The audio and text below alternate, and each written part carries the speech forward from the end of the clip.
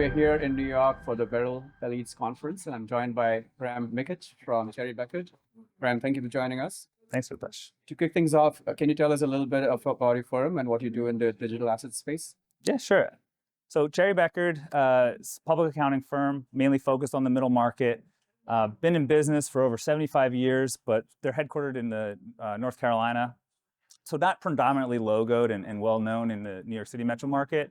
But interesting enough, being in that middle market keeps us nimble and agile to then focus and lean into some of these emergent markets, i.e. digital assets. That's also where predominantly I get some of my experience. Prior to being where I am now, I did a decade of industrial tours on more of the operational side, building accounting infrastructures.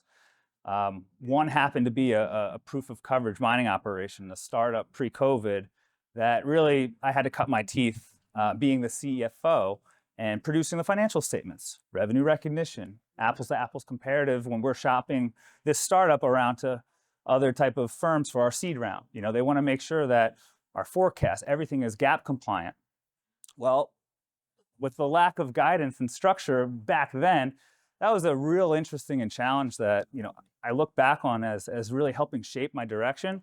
But that's kind of what I bring to the table now, being in this advisory capacity, really doing audit readiness, tax compliance, financial statement prep, anything that would focus or come across the CFO's desk that will touch an accounting stakeholder is what me and my team at Bekaert lean and focus in on with our clients. Got it. Thanks for that. And just to expand it a little further, what would you say is your firm's competitive advantage in this space? Sure. Great question. You know, it's a small, agile, nimble firm, but again, has a really great executive and management team.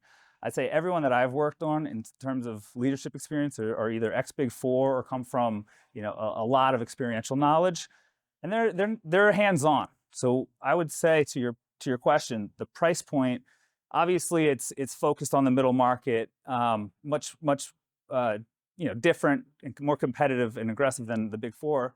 However, we have a lot of partner and high-level management involvement in all of our projects. You know, so you really get that sophisticated eye and experiential factor weighing in terms of our services and deliverables, but at a price point that's much more, you know, manageable and more digestible for the middle market. Excellent. Thank you for that. This has been an interesting year with the ETF and now the election coming up. And clearly, regulations and compliance is something that everyone should have on their radar. You want to give us some thoughts on that? This is the bedtime reading for me as a CPA, because we love rules. We love being rule followers. The big to-do right now is for the reporting side. Historically, these new asset classes have been tagged as an indefinite intangible life. So what does that mean historically? Was being treated at an impairment model. Again, sorry to go into a rabbit hole of GAAP compliance and accounting lingo, but long story short is we've now been provided criteria from the FASB, the regulatory body of accounting standards, to put and test certain tokens to be managed and reported at fair value. So there's 6 criteria that if these tokens, and again, it's a token by token analysis you have to run this through, doesn't apply to everything, but for the Bitcoins of the world that do meet these criteria now are going to be marked to market, the fair value of this asset class. And any changes in that fair value are going to be run through the P&L. Again, historically, you weren't ever allowed to mark up any asset class until you disposed. So now there's a P&L line item for unrealized gains for digital assets that, again, I think the investment community, accountants, and everyone and users of the financial statements have been asking for a while. Is it a one-size-fits-all? No, it specifically omits, you know, stable coins, wrap coins, NFTs.